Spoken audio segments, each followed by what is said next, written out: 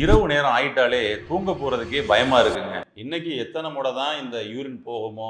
இந்த அதிகமா போகக்கூடிய இந்த ஃப்ரீக்வென்ட் யூரினேஷன நம்ம கட்டுப்படுத்த முடியுமா? அப்படின்றது இன்னைக்கு நெறைய பேரோட கேள்வியாக இருக்குது. நிச்சயமாக அது சம்பந்தப்பட்ட ஒரு முழுமையான விளக்க பதிவு தான் இந்த பதிவு. வாங்க பார்க்கலாம். சுவாசி ஹெல்த் ஸ்பாட் சேனல் வியூவர்ஸ் அனைவருக்கும் வணக்கம்.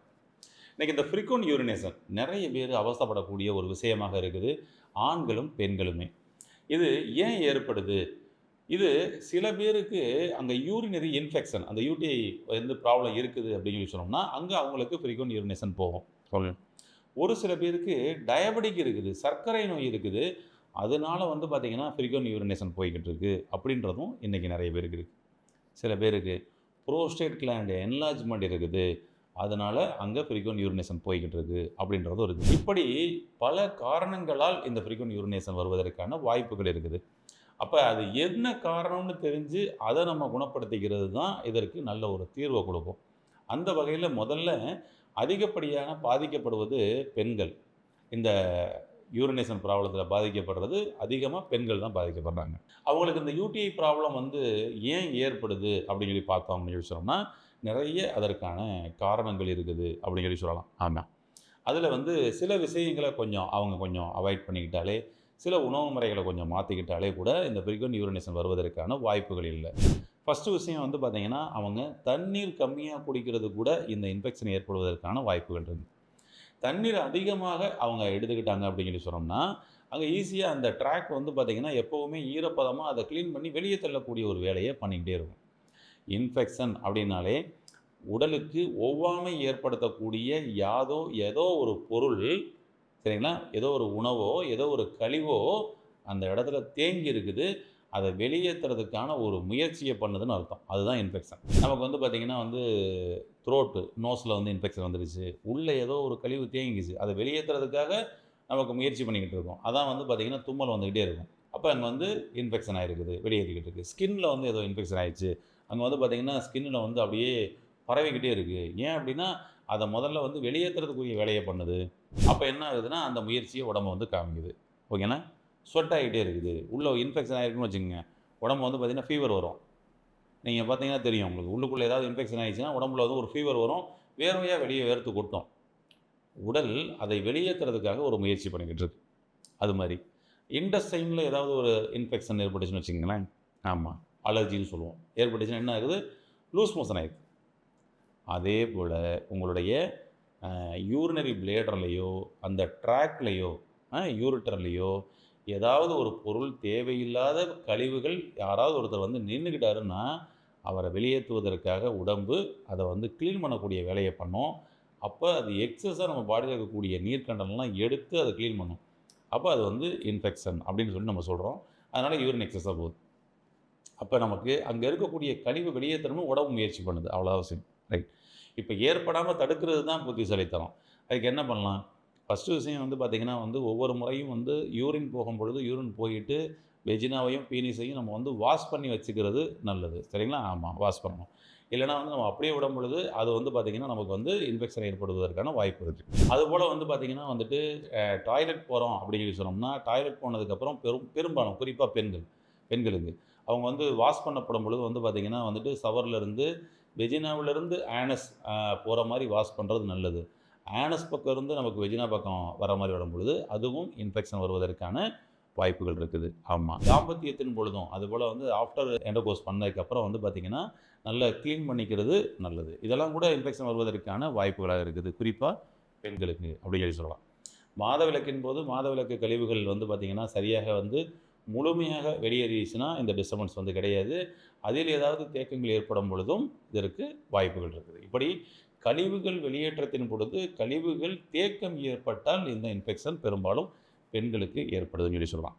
அதற்கு ஃபர்ஸ்ட்டு இவங்கலாம் என்ன பண்ணணும் அப்படின்னு சொல்லி சொன்னோம்னா, இன்ஃபெக்ஷன் இருக்குதா, வரப்போகுதான்றத அறிகுறிகள்ல எப்படி சொல்லணும் அப்படின்னு சொல்லி சொன்னோம்னா, ஃபர்ஸ்ட்டு உங்களுடைய யூரின் வந்து பார்த்தீங்கன்னா, காலையில யூரின் வந்து உங்களுக்கு ஒரு மாதிரி கலரா வந்து போகும். எல்லாம் மஞ்சள் கலந்து அதெல்லாம் ஒரு ப்ரவுன் கலர்லலாம் கூட போகலாம். அது வெளியேறும்.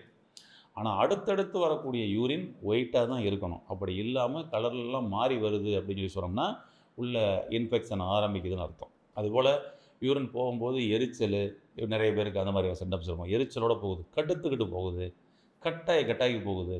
அப்படின்னா அதெல்லாம் கொஞ்சம் அலர்ட் ஆகிக்கணும். இந்த பாதையை நம்ம ஃப்ரீ பண்ணணும். என்ன பண்ணலாம் இந்த பாதையை ஃப்ரீ பண்ணுறதுக்கு அப்படின்ற சொல்யூஷனையும் நம்ம வந்து பார்க்கலாம். ஓகேங்களா? ஆமாம். அடுத்தது வந்து பார்த்திங்கன்னா வந்துட்டு ஆண்களுக்கு அப்படிங்கும் பொழுது அவங்களுடைய புரோஸ்டேட் கிளாண்ட் என்லார்ஜ்மெண்ட் இருக்குதுன்னா அவர்களுக்கு இந்த யூரின் வந்து ஃப்ரீக்வெண்ட் யூரினேஷன் வருவதற்கான வாய்ப்புகள் இருக்குது. அன்கண்ட்ரோல்டு யூரின் வருவதற்கான வாய்ப்புகள் இருக்குது. புரோஸ்டேட் கிளாண்டை என்லார்ஜ் பண்ணாமல் வச்சுக்கக்கூடிய வேலையை நம்ம வந்து பண்ணியாகணும். இது ஏன் வருது அப்படின்னம்னா ஃபஸ்ட்டு அவங்க யூரினை அடக்கி அடக்கி பழகுனாங்கன்னா அவங்களுக்கு தான் புரோஸ்டேட் கிளாண்ட் என்லார்ஜ்மெண்ட் ஃபஸ்ட்டு ஏற்படும். நிறைய ஆஃபீஸில் ஒர்க் பண்ணுறவங்களுக்கு, ட்ராவலிங்லேயே இருக்கிறவங்களுக்கு யூரினை அடக்கி அடக்கி நமக்கு வந்து பழக்கம் கொடுக்குறாங்க அப்படின்னம்னா அவர்களுக்கு புரோஸ்டேட் கிளாண்ட் என்லார்ஜ்மெண்ட்டு, யூரினரி பிளேடர் என்லார்ஜ்மெண்ட்டுலாம் ஏற்பட ஆரம்பிக்கும். அதுதான் வந்து பார்த்திங்கன்னா அவங்களுக்கு அதை வந்து ஃப்ரீக்வெண்ட் யூரினேஷனாக கொடுக்கக்கூடியதும் அன்கண்ட்ரோல்டு யூரினாக கொடுக்கக்கூடிய ஒரு நிலையையும் ஏற்படுத்தும். அதுபோல் டயபெட்டிக் பேஷண்ட்ஸுக்கு ஏங்க ஃப்ரீக்வெண்ட் யூரினேஷன் வருது அப்படின்னு சொல்லி சொன்னோம்னா அவர்களுக்கு எக்ஸஸாக குளுக்கோஸ் வந்து இருக்குது, பேட் குளுக்கோஸ் இருக்குதுன்னா அதை உடம்பு வெளியேற்றக்கூடிய இன்னொரு பாதை எதுன்னா அது வந்து குறிப்பாக சிறுநீரக பாதை தான். இந்த சிறுநீர் பாதை வழியாக சிறுநீரக தாரை வழியாக நமக்கு வந்து அந்த பேட் குளுக்கோஸ் இது வழியாக ட்ராவல் பண்ண ஆரம்பிக்குது அப்படின்னு சொல்லி சொன்னோம்னா அப்பையும் வந்து பார்த்திங்கன்னா உடம்பு வந்து தன்னைத்தானே சரி பண்ணுற சிஸ்டனால் அதை முதல்ல வெளியேற்றுன்னு சொல்லிவிட்டு அது எக்ஸஸாக இருக்கிறத வெளியேற்றும்.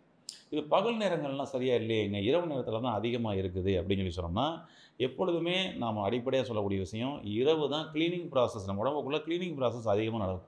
அப்போ எக்ஸஸாக உள்ளே தேங்கி அவர் வந்து பேட் குளுக்கோஸ் சேர்ந்துக்கிட்டே இருந்தாருன்னு வச்சுக்கோங்களேன், கிட்னியை காலி பண்ணிடுவார். அப்போ என்ன ஒரு முதல்ல அடித்து வெளியே தள்ளுப்பான்னு சொல்லிட்டு அதை பூரா வெளியேற்றக்கூடிய வேலை நடக்கும். அதனால் இரவு நேரங்களில் அதிகமாக அந்த ஃப்ரீக்வெண்ட் யூரினேஷன் இருக்கும் டயபெட்டிக் பேஷண்ட்டுக்கு.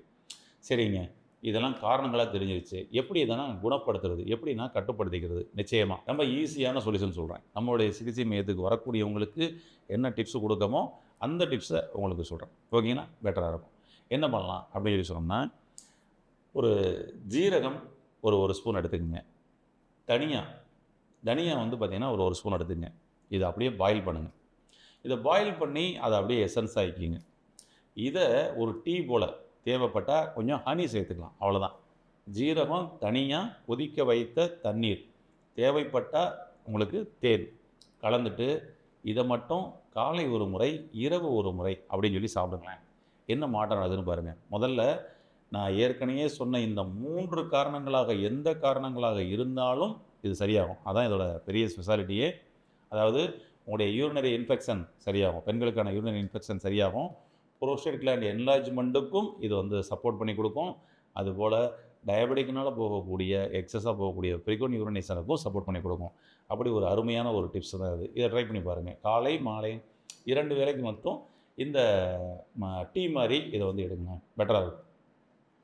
அதுபோல் உங்களுடைய உணவுகளில் நீங்கள் வந்து வெண்பூசணி சாறு, வாழைத்தண்டு சாறு, முள்ளங்கி சாறு, பீர்க்கங்காய் சாறு போன்ற இந்த நீர்த்தன்மையுள்ள காய்களை இதை வந்து காலையில் நீங்கள் எடுத்துக்கணும். ஜூஸாக வந்து சாப்பிட்டுக்கங்க, பெட்டர். இரவு வேணாம், மார்னிங்லேயே அப்படி ஒரு ஜூஸாக எடுத்துங்க. இந்த பாதையும் ஃப்ரீ பண்ணி கொடுத்துரும்.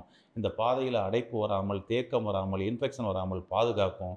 ஃப்ரீக்வெண்ட் யூரினேஷனையும் கட்டுப்படுத்தும். இப்படி ஒரு எளிமையான தீர்வுகளை பயன்படுத்தி உங்களுடைய இரவு நேர சிறுநீர் போகிறதை கட்டுப்படுத்தி இரவு நேர தூக்கத்தை ஆரோக்கியமான தூக்கமாக கொண்டு வந்து என்றென்றும் ஆரோக்கியமாக வாழ வாழ்த்துக்கள். நன்றி.